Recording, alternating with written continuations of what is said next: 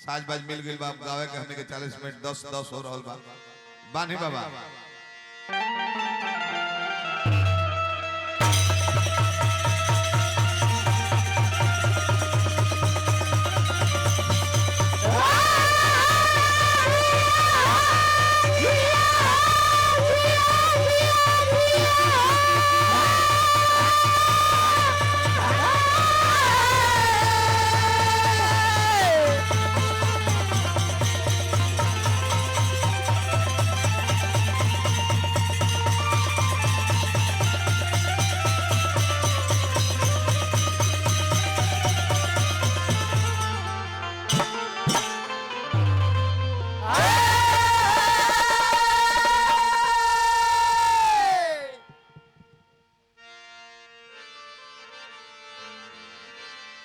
दरे दरना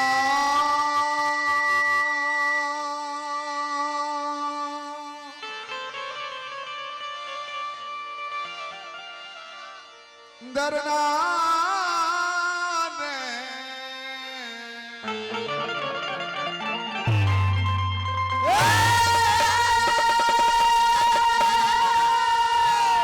hello hello इहो double बा हारमोनियम वाला हेलो हेलो हेलो मेनवा लगता नहीं और बुलंद को दी अच्छा चाहो बक्सा में इको को में रख के हेलो हेलो बरियार करिए कर कावरी हेलो नेखे क्वालिटी ली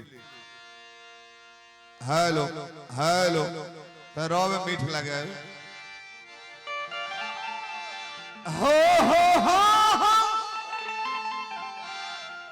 दरना दरना अरना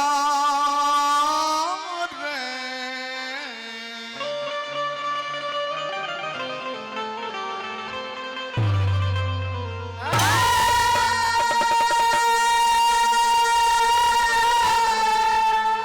दरना रना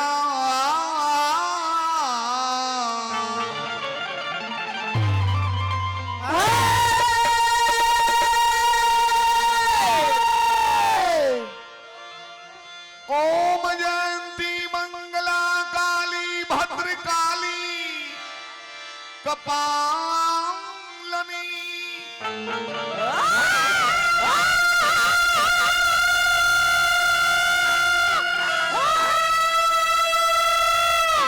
दुर्गा क्षमा शिवा धात्री स्वाहा स्वधा नमस्तुते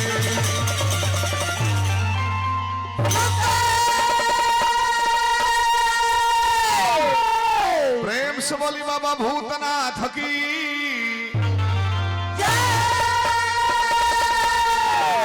श्री गणेश जी भगवान की रामचारू भैया की कृष्ण कन्हैया की शारदा जी मैया की आज संत दुर्गा जी मैया की ए पावन पवित्र धरती मैया की अपने अपने गुरु गोसैया की अपने अपने भाव मैया की आयोजन करवैया की श्रोता सुनवैया की श्रोतर के बाबा के संग संग अंजनी मैया की यह सुमिरन वंदना स्तुति चिरौनी गुहार पुकार अधना प्रार्थना रिक्वेस्ट विनती नहीं हो रही है हम एकाग्रचित होकर कंसंट्रेट माइंड होकर के देवी देवताओं का चिंतन मनन करना है सुमिरन वंदना है माने तो हमके सुमिरन नहीं समाप्त भइल और सबके निक लायक खातिर लय धुन में गायब जा कैसा आज हमने कहो फंक्शन में जुटल बनी जा कहो ना जना में खुशी के संगे संगे गम भी छुपल बा भगवान कृष्ण कहने के हे अर्जुन हे पार्थ ये आत्मा न जन्म लेती है न मरती है न इसको आग जला सकती है न बर्फ पिघला सकती है न हवा सुखा सकती है जिस प्रकार ये शरीर पुराने वस्त्र का त्याग करके नया वस्त्र धारण करते है उसी प्रकार दिवंगत आत्मा पुराने जर्जर शरीर का त्याग करके नया चोला धारण करती है।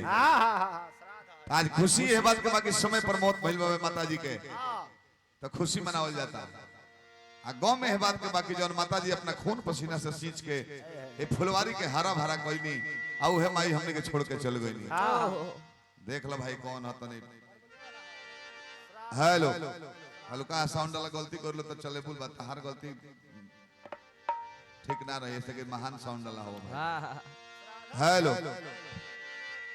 लिखल बा कि श्राद्ध इदम श्रद्धा। हाँ बड़ी श्रद्धा से कोई तुम श्राद्ध कहलाता। हाँ श्राद्ध कब कहलाई? कब? मरणोपरांत 13वीं में चाहे 16वीं में जौन भी मनावल जाता। हाँ श्रद्धा से दान कोई, श्रद्धा से खियावल पियावल, हाँ यह नु श्राद्ध हो। हाँ तने जब पूरी ले ली तन परोरा ला लीना चटनी बा जिलेबी पूछ पूछ खियावल जाता लो। हाँ। श्रद्धा से जग भइल बा इहे श्राद्ध हो। हाँ एक हफ्ता पहले गौर ने समस्तीपुर हाँ लोग खाना खात रहे, अब मालिक का पारे हाथ के बैठे बड़े कि ओरवाइए के उठबो सका जल्दी उठो।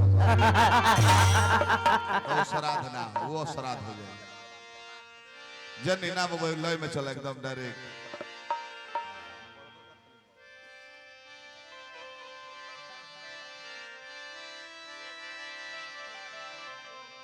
वह धुन हो मेरा जीवन कोरा कागज कोरा ही रह गया। वही माई से कहे बा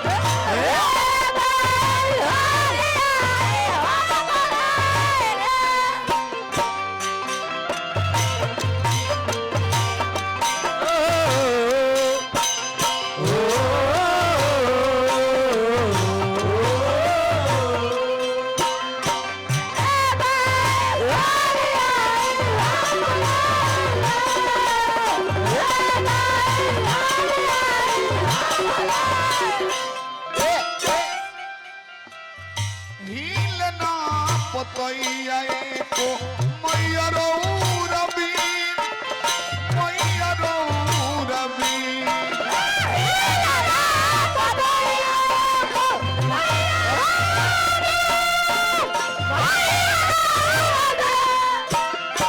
विनोद भैया इंजीनियर साहब 500 रुपया पुरस्कार दिला बनी हार्दिक प्रणाम बा मेन दबा तो भैया बहुत है हाथ पकड़ा नहीं हिलना पतैया को मैया रो रवि मैया रो रवि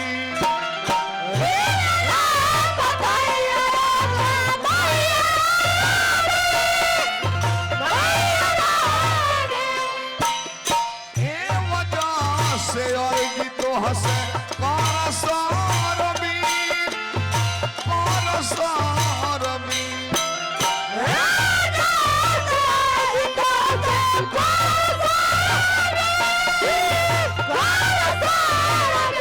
संग दिल मेरी काहे तेरी अब लगा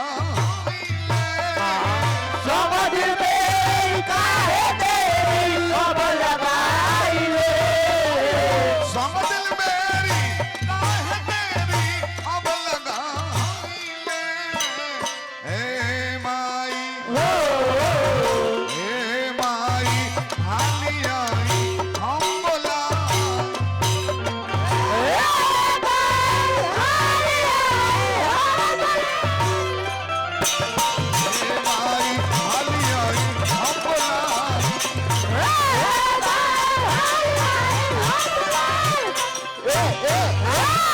कुर्सी लागे हम तीना हो जाए मेन बनाओ।